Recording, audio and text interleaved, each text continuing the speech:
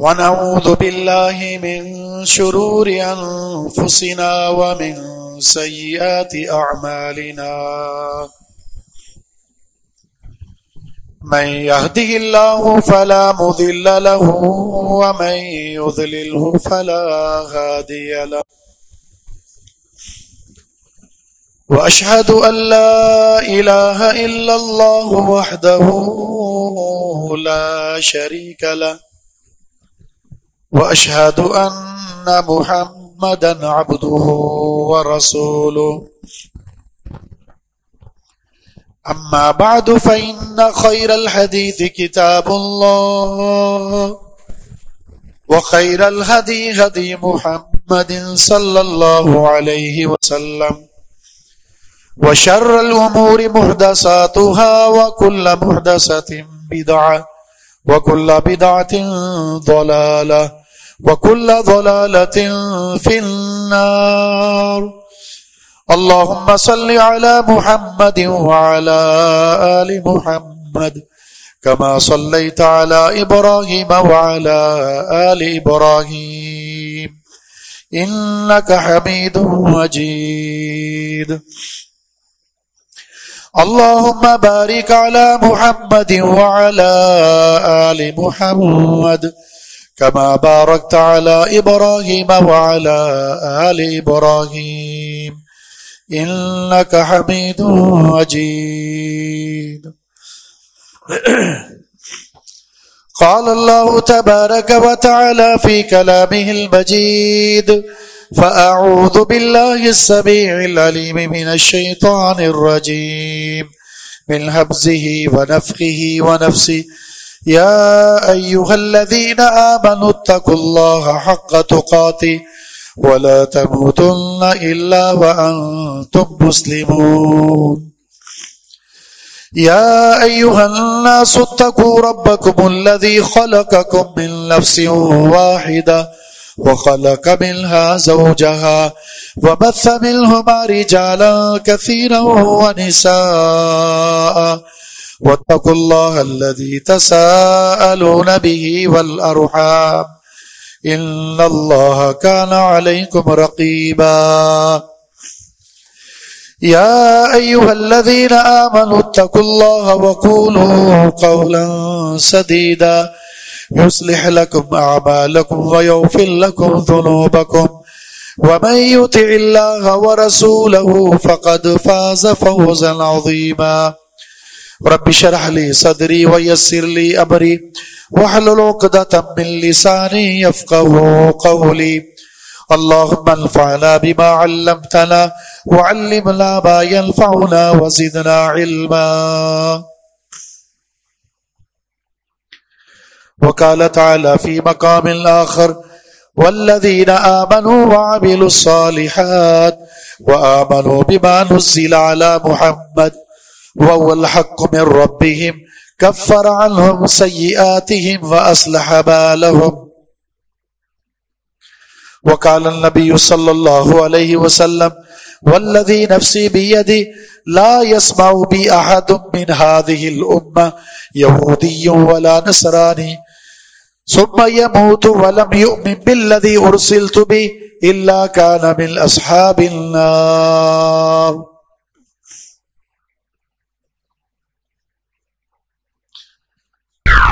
پیارے پیغمبر علیہ الصلوۃ والسلام کی عظمت، آپ کی شان، آپ کا مقام، آپ کی سیرت کو، خصائل کو، خصوصیات کو، اس کو پہچاننے کے مختلف زاویے ہیں. ان زاویوں میں سے ایک طریقہ، ایک زاویہ، ایک پہلو آپ کی عظمت اور شان کا، خصوصیت اور مقام کا اللہ رب العزت نے آپ کے اسماء اور آپ کی صفات میں بھی رکھا ہے. جس طرح ذات باری تعالیٰ کی معرفت، اس کی عظمت، اس کی شان، اس کی صفات میں موجود ہے، اسی طرح اللہ رب العزت نے رسول اللہ صلی اللہ علیہ وسلم کے اوصاف، آپ کی صفات اور بہت سارے اسما ان سے رسول اللہ صلی اللہ علیہ وسلم کو موصوف اور متصف کیا ہے، جن کی تعداد بہت زیادہ ہے۔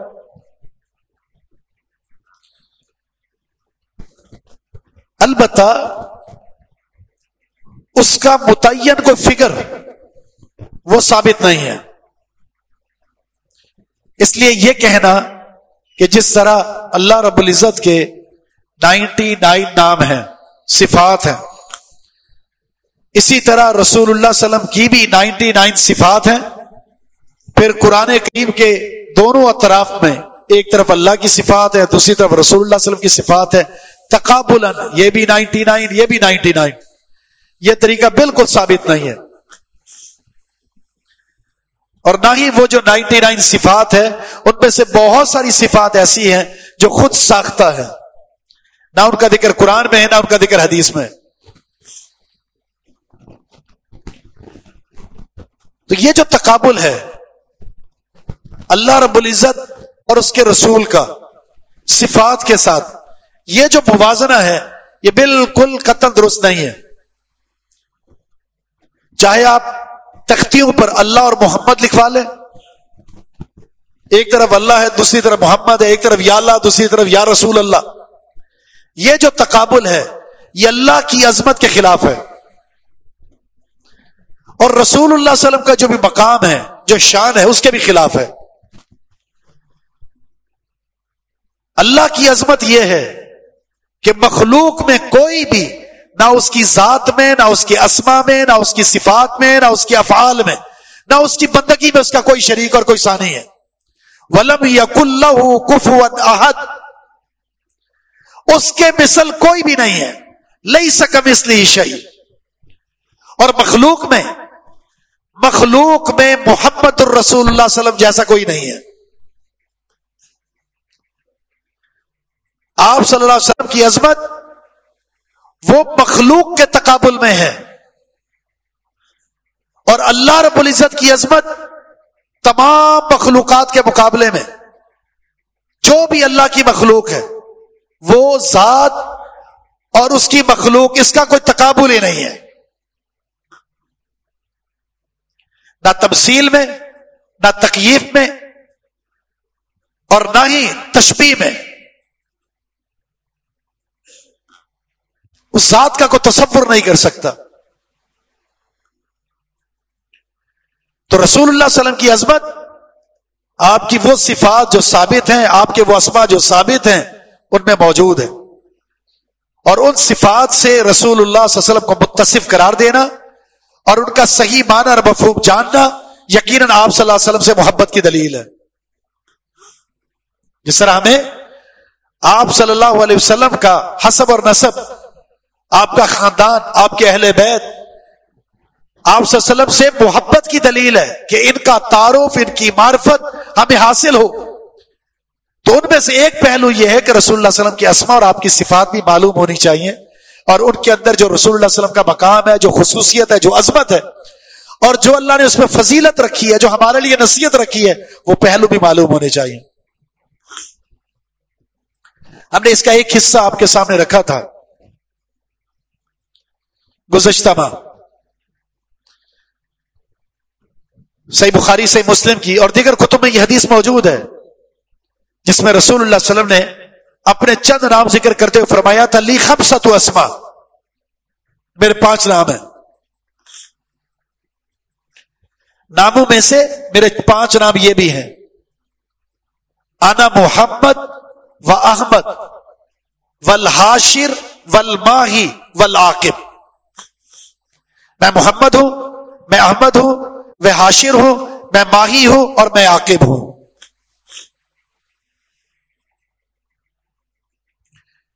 بے شمار ناموں میں سے یہ 5 نام اس حدیث میں مروی ہے۔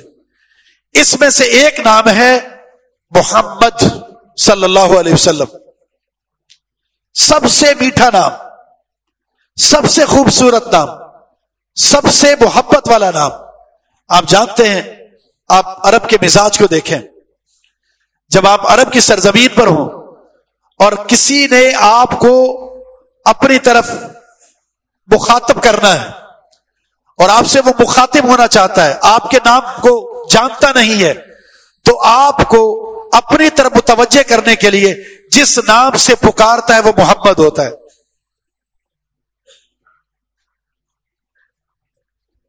کیوں؟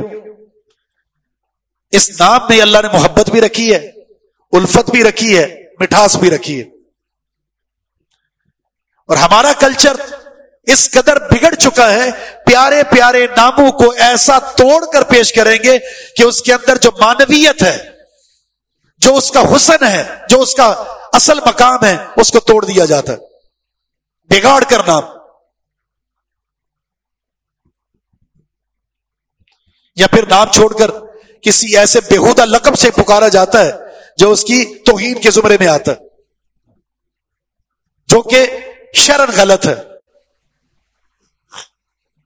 رسول اللہ صلی اللہ علیہ وسلم فرماتے ہیں یسبون مذمما، یہ قریش کے لوگ کفار مکہ مجھے مذمم کہتے ہیں، مذمم گالی دیتے ہیں مجھے مذمم کہہ کر. فرمایا دیکھو کیف یصرف اللہ عنی شتم قریش، اللہ کی شان دیکھو، اللہ نے قریش کی گالیوں کو مجھ سے کس طرح رفع کر دی ہے. وہ مذمم کہتے ہیں جبکہ انا محمد، میں محمد ہوں. اور مذمم اور محمد میں زمین اور آسمان کا فرق ہے. محمد کہتے ہیں جو ہمیشہ سے قابل تعریف رہا ہو اور ہمیشہ ہی قابل تعریف ہو، اور مذمم کہتے ہیں جس کی مذمت کی گئی ہو، اور محمد الرسول اللہ صلی اللہ علیہ وسلم کی کسی نے مذمت نہیں کی. وَرَفَعْنَا لَكَ ذِكْرَكَ، اللہ نے ذکر ہی ایسا بلند کر دیا، اپنے ہو یا غیر ہو. رسول اللہ صلی اللہ علیہ وسلم کا تذکرہ، آپ کی سیرت، اگر اس کی عقل کام کرتی ہے، اگر وہ دیوانہ نہیں ہے، اگر اس پر نشہ نہیں چڑھا ہوا، تو وہ زبان سے یا دل سے رسول اللہ صلی اللہ علیہ وسلم کی عظمت کا معترف بھی ہوگا اور آپ صلی اللہ علیہ وسلم کی عظمت اور شان کا قائل بھی ہوگا.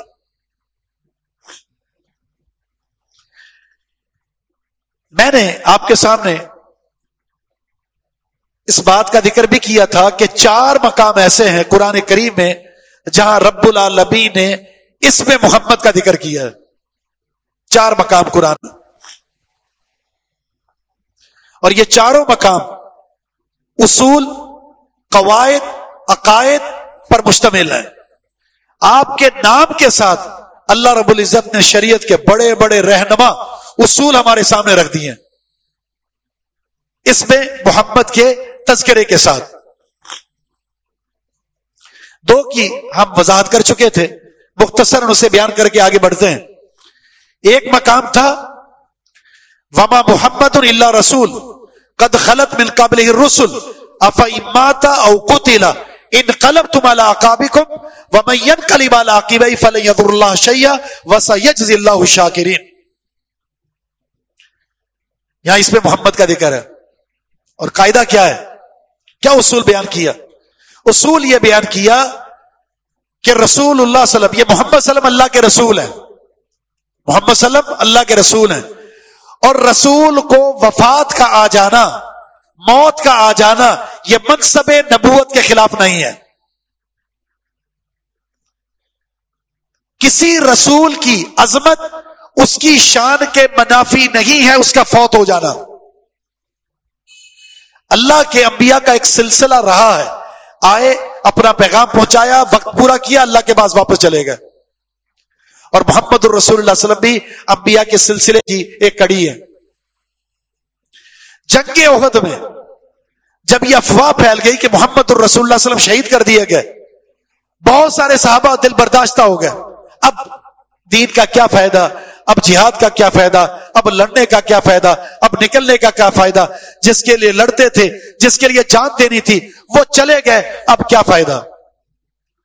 تو اللہ نے کیا فرمایا، محمد الرسول اللہ صلی اللہ علیہ وسلم اللہ کے رسول ہیں.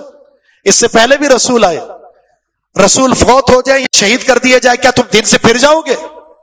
اور اگر تم دین سے پھر گئے، دین کو چھوڑ دیا، دین سے اعراض کیا، تو یاد رکھو نقصان اللہ کا نہیں، تم اپنا کرو گے. اور جو ہمیشہ دین کے ساتھ کھڑا رہا، اللہ کی بندگی کرتا رہا، ایسے شاکرین کی اللہ قدر کرتا ہے.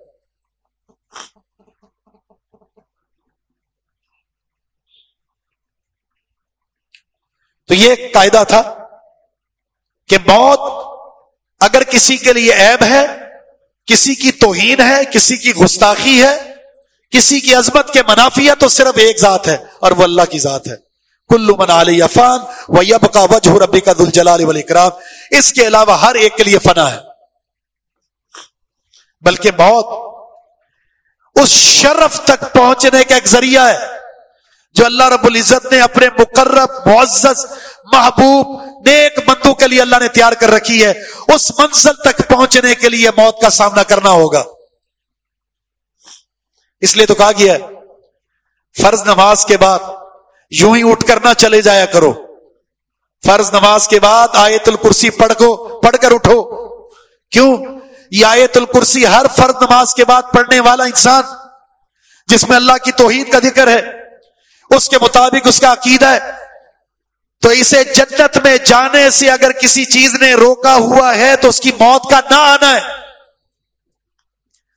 یہ نماز کا پابند انسان، یہ موحد انسان، توحید کو بیان کرنے والا انسان اگر یہ عقیدہ توحید کے ساتھ اس دنیا سے رخصت ہوتا ہے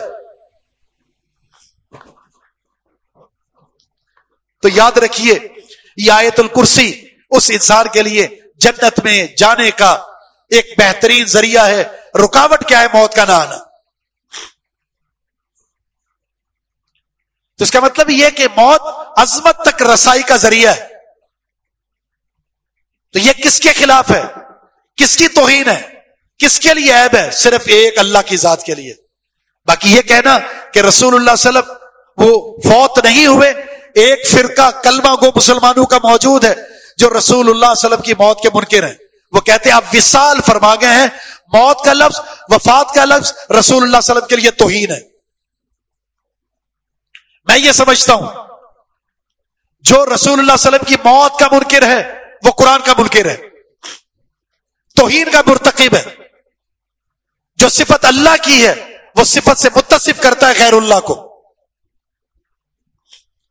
حیاتی فرقہ موجود ہے جس کا نظریہ یہ ہے رسول اللہ صلی اللہ علیہ وسلم اپنی قبر میں اسی طرح زندہ ہیں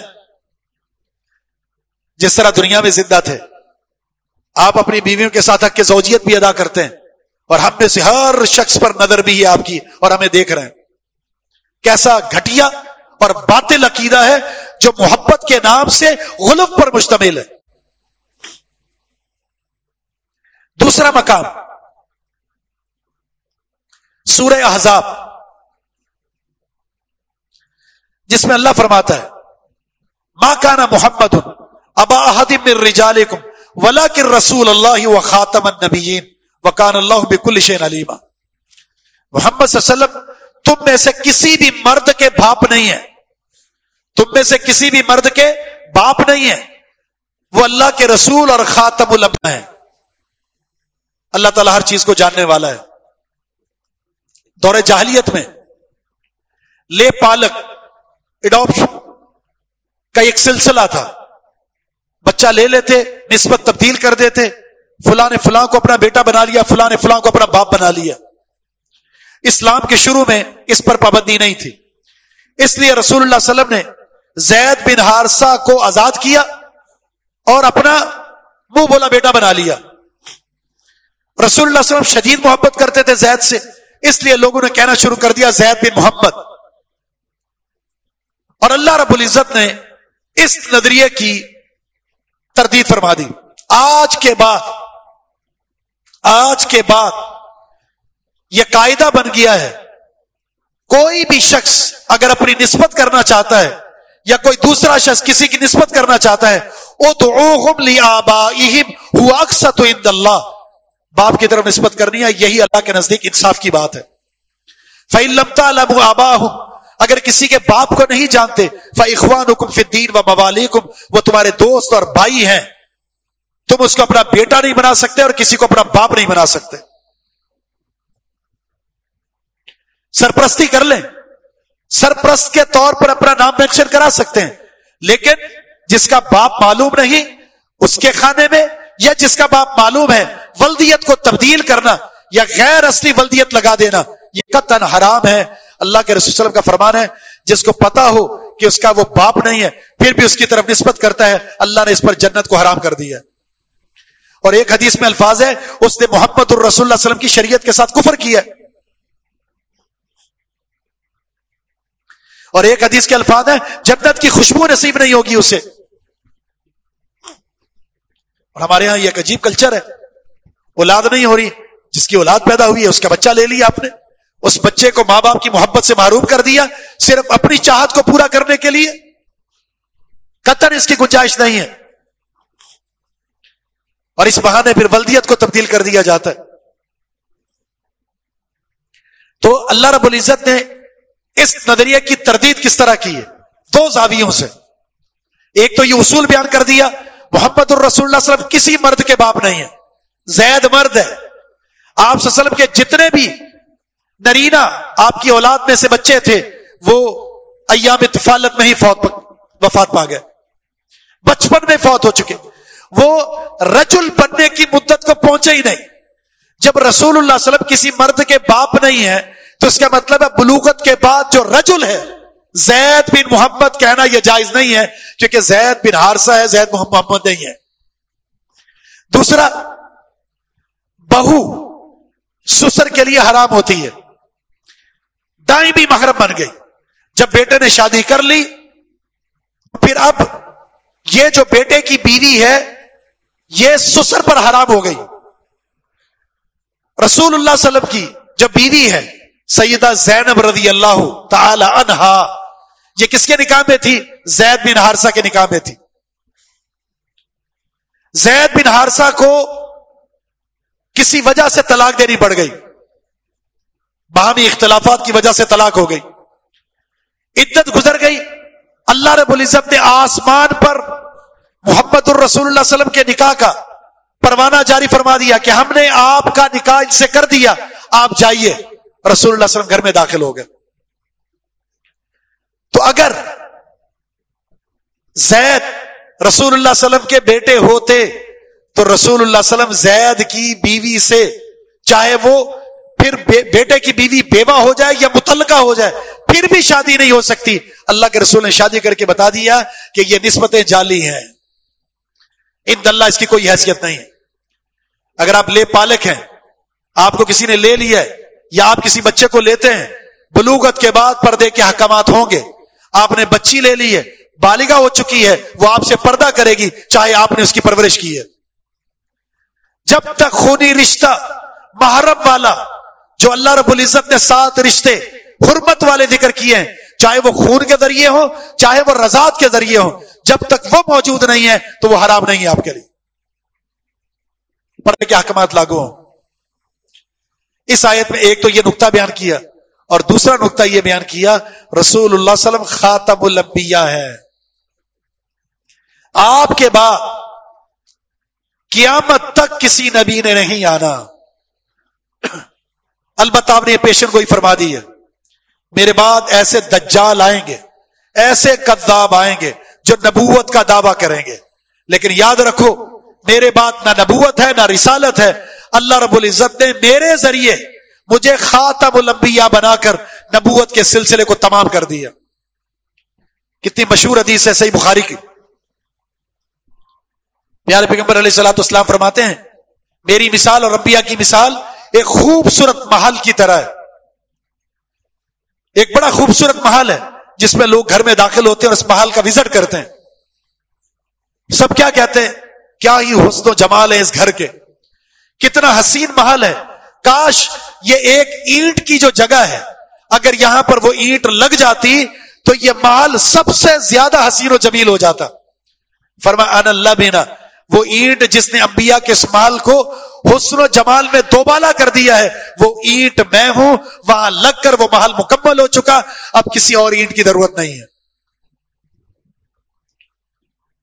انبیاء کی جماعت نے اس محل کو خوبصورت بنا دیا، تمام کر دیا. اب جو بھی آئے گا وہ ملعون ہوگا، وہ کذاب ہوگا، وہ دجال ہوگا، وہ جھوٹا ہوگا. اس کا رد کرنا، اس کا انکار کرنا مسلمانوں پر واجب ہوگا. ہاں آپ نے ایک بات اور فرمائی،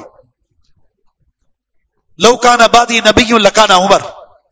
جامع ترمذی کی حدیث ہے میرے بعد اگر اللہ نے کسی کو رسول بنا کر بھیجنا ہوتا جس میں نبوت کے خصائل، صفات اور شان اور عظمت کی جھلک نظر آتی ہے، فرمایا وہ میرے عمر فاروق رضی اللہ عنہ ہوتے. لیکن لا نبی عبادی، میرے بعد نبوت نہیں ہے، اب نبی کوئی نہیں آ سکتا.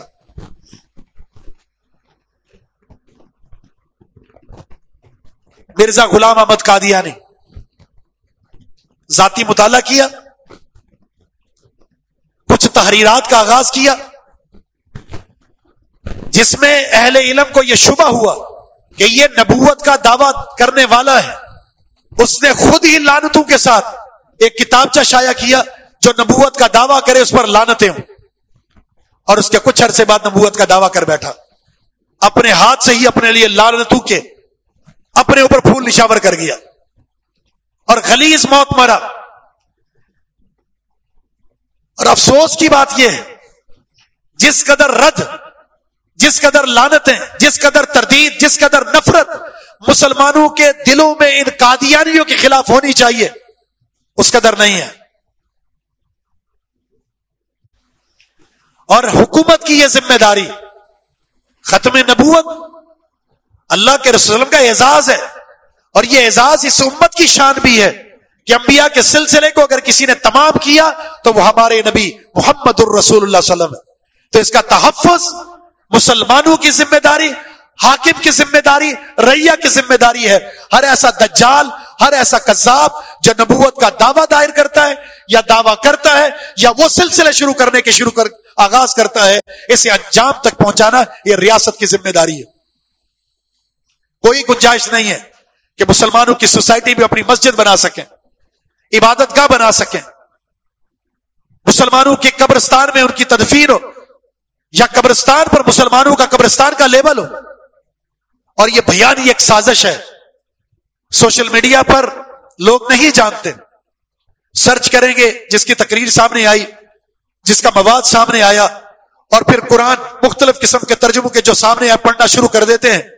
قادیانیوں نے مختلف سازشوں کے ذریعے، بہانوں کے ذریعے سوشل میڈیا کے اندر آ کر مسلمانوں کو بہکانے کی ایسی کوششیں شروع کر دی ہیں کہ ترجمے مسلمانوں کے نام سے مسلمان پبلیکیشن کے ساتھ کی صورت میں نسبت کے ساتھ وہ شائع کیے ہوئے ہیں، جہاں انہوں نے اپنا مفاد ڈالا ہوا ہے. اور ایسے ایسے بیانات موجود ہیں جس سے یہ لگتا نہیں ہے کہ یہ قادیانی کا بیان ہوگا، لیکن یہ زہر آہستہ آہستہ مسلمانوں کے اندر بھرا جا رہا ہے. وجہ کیا ہے؟ ہماری جہالت. منہجی علماء کے ساتھ بیٹھتے نہیں ہیں، کتاب و سنت پڑھتے نہیں ہیں، باطل کو کس طرح سمجھنا ہے، اس کا رد کیسے کرنا ہے، اس کو سننے کی کوشش نہیں کرتے. اجتماعات میں آتے نہیں ہیں، پروگرام میں آتے نہیں ہیں، خطبات جمعہ میں وقت پر آتے نہیں ہیں، دروس میں بیٹھتے نہیں ہیں، حدیثیں پڑھتے نہیں ہیں، صحیح ترجمے کے ساتھ قرآن پڑھتے نہیں ہیں. تو ہماری جہالت کا نتیجہ کیا ہے؟ ایسے لوگ غیر محسوس طریقے سے سوشل میڈیا پر آتے ہیں اور عوام کو گمراہ کرنے کی کوشش کرتے ہیں.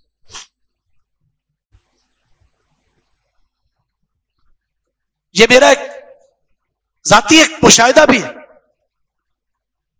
اپنے ایک جماعتی کے گھر جانا ہوا میرا، جس نے اپنے بیٹے کے لیے ترجمے کا قرآن خریدا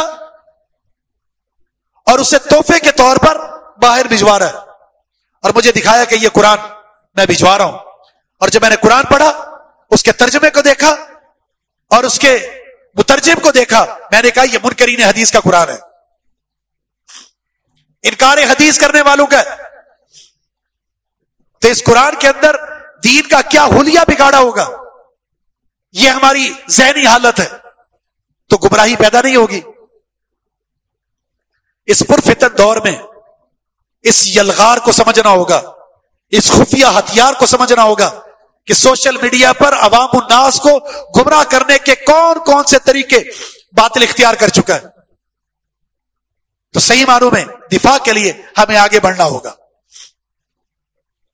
تیسرا مقام سورہ محمد. اس سورت کے اندر اللہ رب العزت نے دوسری آیت میں والذین آمنوا وعملوا الصالحات وآمنوا بما نزل على محمد وهو الحق من ربهم کفر عنهم سیئاتهم واصلح بالهم. سورت کا نام ہی محمد ہے. اس دوسری آیت میں اس میں محمد کا ذکر ہے. اس آیت کو پڑھیں اور ایک اصول کو سمجھتے ہیں.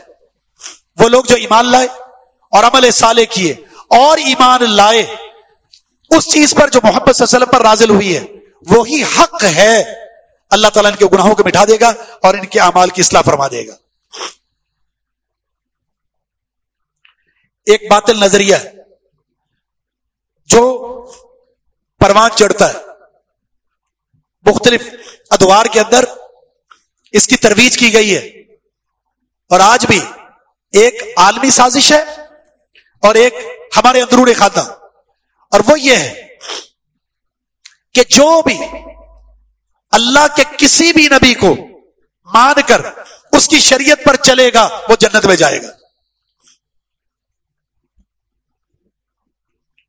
اس کا مطلب یہ، اگر یہودی آج کے دور میں اپنے مذہب یہودیت پر قائم رہیں، عیسائیت پر قائم رہیں اور اسی طرح وہ دنیا سے چلے جائیں، وہ جنت میں چلے جائیں گے۔ اس آیت میں ان کا رد ہے۔ اللہ کیا فرماتا ہے؟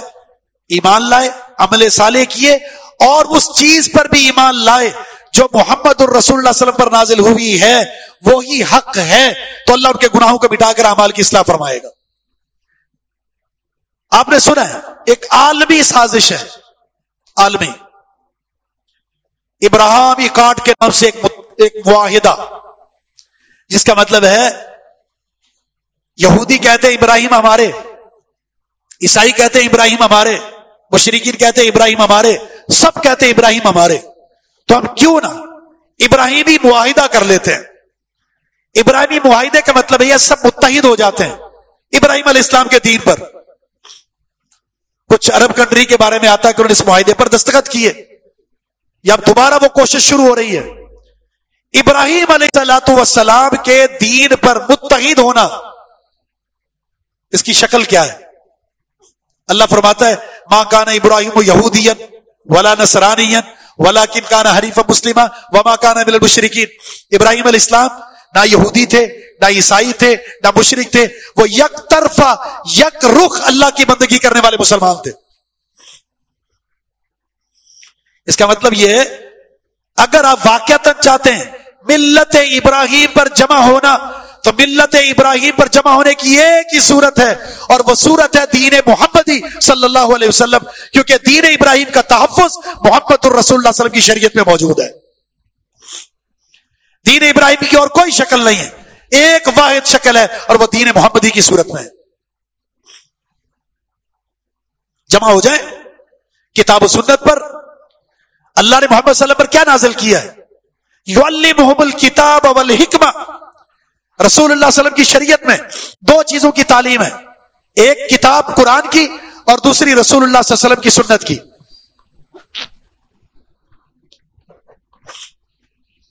حکمہ سے مراد سنت رسول ہے، قرآن اور سنت رسول، یہ دو چیزیں لازم اور ملزوم ہیں۔ اگر آپ چاہتے ہیں فَاتَّبِعُوا مِلَّةَ إِبْرَاهِيمَ حَنِيفًا ان اتبع ملت ابراہیم حنیفہ، ملت ابراہیمی کی اتباع تو وہ شریعت محمدی میں ہے، اور اس کی دو ہی شکلیں ہیں، قرآن کو پڑھیں اور سنت رسول کو پڑھیں۔ ان دونوں کے اجتماع سے فہم سلف کی روشنی میں آپ دین ابراہیم کو سمجھ جائیں گے، دین محمدی کو سمجھ جائیں گے، اس کے علاوہ سب باطل ہے۔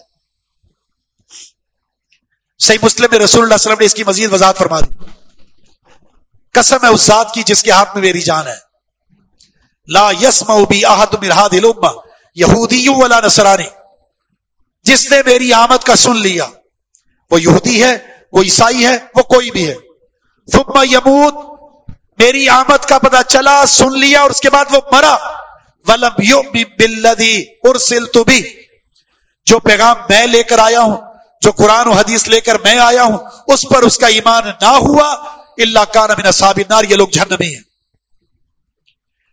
اگر رسول اللہ صلی اللہ علیہ وسلم کا کلمہ نہیں پڑھا، رسول اللہ صلی اللہ علیہ وسلم کی شریعت پر عمل نہیں کیا، کتاب و سنت کو نہیں مانا، تو پھر کسی بھی نبی کو مان لیں، کسی بھی شریعت کو مان لیں، وہ افراد جنت میں نہیں جا سکتے۔ قرآن میں اللہ کیا فرماتا ہے؟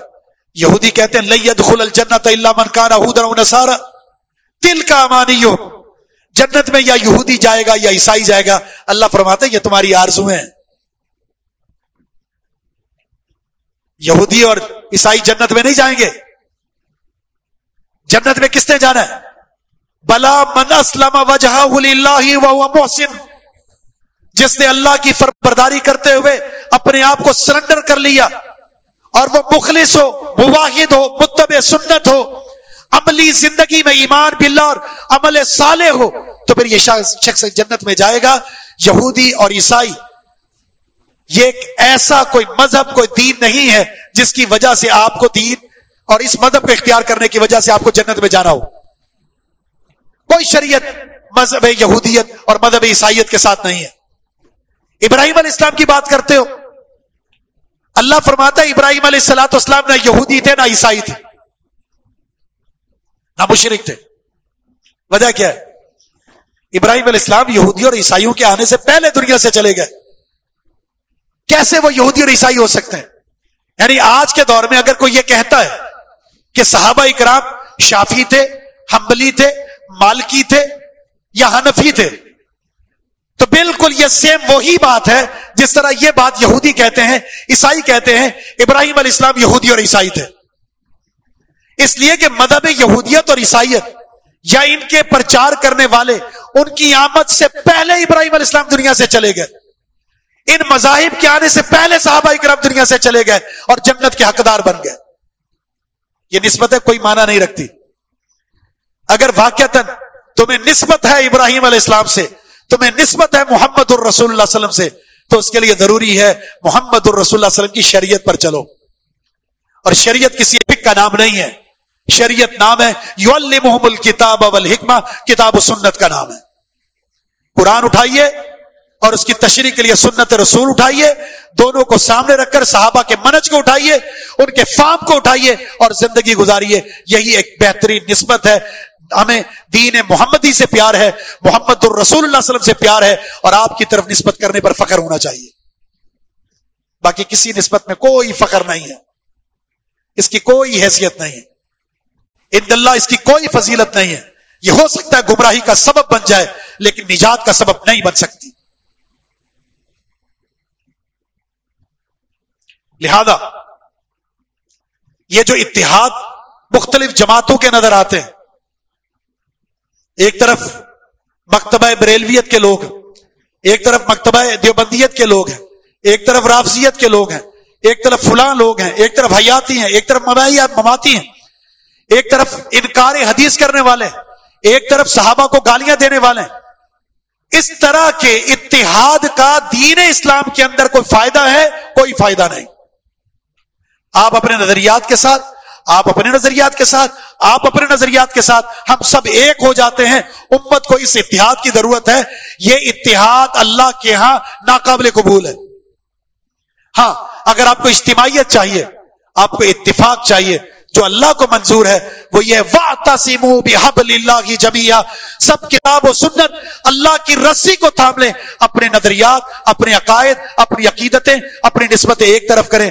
اللہ کی مضبوط رسی قرآن اور حدیث، اس کو تھام لیجئے، اسی کی طرف نسبت کیجئے، اس کو پکڑ لیجئے. اسی رسی کو پکڑ کر اللہ کے ساتھ جڑ سکتے ہیں. رسول اللہ صلی اللہ علیہ وسلم کا فرمان ہے ان ھذا القرآن حبل اللہ، یہ قرآن اللہ کی رسی ہے. طرفہ بید اللہ و طرفہ بیدیکم، ایک سرا اللہ کے پاس ہے، دوسرا سرا تمہارے پاس ہے. اس کو تھام لو، اللہ کے ساتھ جڑ جاؤ گے. اس سے کٹو گے تو تم کٹ جاؤ گے. کتنے لوگ ایسے ہیں جن کی زندگی میں قرآن ہے ہی نہیں. قرآن نہیں پڑھنا، قرآن کو سمجھنے کی کوشش مت کرنا. قرآن کو خود پڑھو گے گمراہ ہو جاؤ گے. قرآن کو چھوڑ دو، فضائل اعمال پکڑ لو، فلاں فقہ کی کتاب پڑھ لو، بہشتی زیور پڑھ لو، جنت میں چلے جاؤ گے. جنت میں جانے کا ایک ہی راستہ ہے، صراط مستقیم. اور صراط مستقیم وہی کے ساتھ جڑا ہوا ہے اور وہی نام ہے کتاب و سنت کا. اگر ان دو چیزوں کو تھامو گے، یہ حبل اللہ ہے، فرقہ بندی سے بچ جاؤ گے. اسی کو اجتماعیت کہتے ہیں. یہی اجتماعیت اللہ کو منظور ہے. اگر اس سے ہٹ کر باطل نظریات کے ساتھ اتحاد قائم ہو جاتا ہے، آپ اس کی طرف دعوت دیتے ہیں، اس اتحاد کی رتی برابر بھی اللہ کی کوئی حیثیت نہیں. شرک اور بدعت توحید اور سنت کے ساتھ کیسے جمع ہو سکتے ہیں؟ دن اور رات کیسے جمع ہو سکتے ہیں؟ مشرک اور موحد کا اتحاد شرک کی بقا کے ساتھ توحید کے لیے زہر قاتل ہے. بدعتی اور سنتی کس طرح جمع ہو سکتے ہیں؟ جہاں سنت ہوگی وہاں بدعت نہیں، اور جہاں بدعت ہے وہاں سنت نہیں ہے. اپنی اپنے عقیدوں کو، اپنی عقیدتوں کو، اپنی توحید کو، اپنی سنت کو اتنا مضبوط کر لیں کہ اس میں باطل کی کسی قسم کی آمیزش کی ذرہ برابر گنجائش باقی نہ رہے. اسی کو غیرت کہتے ہیں. کیا کہا تھا سعد رضی اللہ تعالیٰ عنہ سے؟ کسی نے پوچھا ہے سعد رضی اللہ عنہ، اگر تم اپنی بیوی کے ساتھ کسی اور مرد کو دیکھو کیا کرو گے؟ کہ اللہ کی قسم تلوار کو میان سے نکالوں گا اور اس کے سر کو تن سے جدا کر دوں گا. اللہ کے رسول صلی اللہ علیہ وسلم نے سنا، آپ نے فرمایا صحابہ سے، تمہیں سعد کی غیرت پر تعجب ہو رہا ہے؟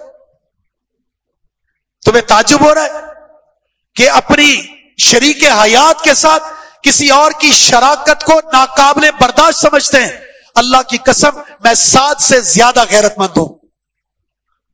میں اپنے حقوق میں کسی اور کی شراکت کو کیسے برداشت کر سکتا ہوں کہ میرا کلمہ پڑھنے کے بعد کسی اور کی تقلید، کسی اور کی طرف نسبتیں، کسی اور کے ہاتھ پر بیعت کر کے کسی اور کا لباس، کسی اور کے جھنڈے، کسی اور کے سامنے جھکنا مجھے کیسے برداشت ہو سکتا ہے؟ اور فرمایا اللہ اغیر منا، اور اللہ ہم سب سے زیادہ غیرت والا ہے. وہ کیسے برداشت کر سکتا ہے اس کی ذات میں، اس کی صفات میں، اس کے افعال میں، اس کی بندگی میں کسی اور کو شریک ٹھہرایا جائے؟ میں غیرت والا ہوں، مجھے غیرت آ جاتی ہے. میرے حق پر کوئی ڈاکہ ڈال دے، رسول اللہ صلی اللہ علیہ وسلم کے کوئی حقوق نہیں، اللہ کے کوئی حقوق نہیں، اس میں شراکت ہو رہی ہے اور ہم برداشت کرتے بیٹھے ہوئے کہ یہ اتحاد ٹھیک ہے. فلاں اگر شرک کی دعوت دیتا ہے تو کوئی بات نہیں، مزار پر پوجا ہو رہی ہے، قبر پرستی ہو رہی ہے، ہمیں کوئی غیرت نہیں آتی، اس کے خلاف آواز نہیں اٹھاتے، اس شرک کے بارے میں تردید کی کوئی بات نہیں کرتے. یہ اللہ رب العزت کو ہم سے قبول نہیں ہے. اللہ یہ چاہتا ہے جس طرح تم اپنے لیے غیرت مند بنتے ہو، یہی غیرت رسول اللہ کے لیے بھی دکھاؤ. اس سے بڑھ کر یہ غیرت اللہ کی ذات کے تعلق سے دکھاؤ. اس لیے تو کہا لا تشرک باللہ وان قتلت او حرقت، اللہ کی ذات کے ساتھ کسی کو شریک مت کرنا، چاہے قتل کر دیے جاؤ چاہے جلا دیے جاؤ. یہ غیرت ہے. جنت میں جانے کا آخری، سب سے آخری بندہ جو جنت میں جائے گا، سب سے آخری بندہ کون ہوگا؟ جس کے کھاتے میں صرف توحید ہوگی، عمل نام کی کوئی چیز نہیں ہوگی، جنت میں چلا جائے. اور جس کے پاس دنیا جہاں کے نیک اعمال ہو لیکن توحید نہ ہو، وہ جنت میں نہیں جا سکتا. تو جنت میں جانے کی جو مفتاح ہے، چابی، وہ اسلام کی اساس کلمہ توحید ہے، عقیدہ توحید ہے. تو یہاں اس باطل فکر اور سوچ کی تردید ہے کہ کسی اور مذہب پر چل کر بھی جنت میں چلا جائے گا، کوئی گنجائش نہیں. حتیٰ کہ اسلام میں داخل ہونے کے بعد بھی اگر یہ باطل نظریات کے ساتھ رہ کر زندگی گزارتا ہے، چاہے انفرادی چاہے اتحاد کے ساتھ، تو بھی اس کی کوئی گنجائش نہیں ہے. بس ایک ہی بات ہے، جو محمد صلی اللہ علیہ وسلم پر نازل ہوا وہی حق ہے، اور محمد صلی اللہ علیہ وسلم پر نازل ہونے والا قرآن ہے اور اس کی تشریح سنت رسول ہے. یہی حق ہے. کتاب و سنت کو تھام لیجئے. یہ محمد الرسول اللہ صلی اللہ علیہ وسلم سے بھی محبت ہے، یہ اللہ سے بھی محبت ہے، یہ دین سے بھی محبت ہے. یہی جنت میں جانے کی اساس ہے. اس کے علاوہ سب کچھ باطل ہے، اور یہ باطل جہنم میں لے جانے کا سبب بنے گا. اللہ سے دعا ہے کہ رب العالمین ہمیں صحیح معنوں میں محمد الرسول اللہ صلی اللہ علیہ وسلم کی عظمت کو، آپ کے مقام کو، آپ کی شان کو، سیرت اور صورت کو پہچان کر اس کو اپنے سینے سے لگانے اور محبت کرنے کا حق ادا کرنے کے اللہ توفیق عطا فرما دے. وما توفیق الا باللہ، وآخر دعوانا ان الحمد للہ رب العالمین.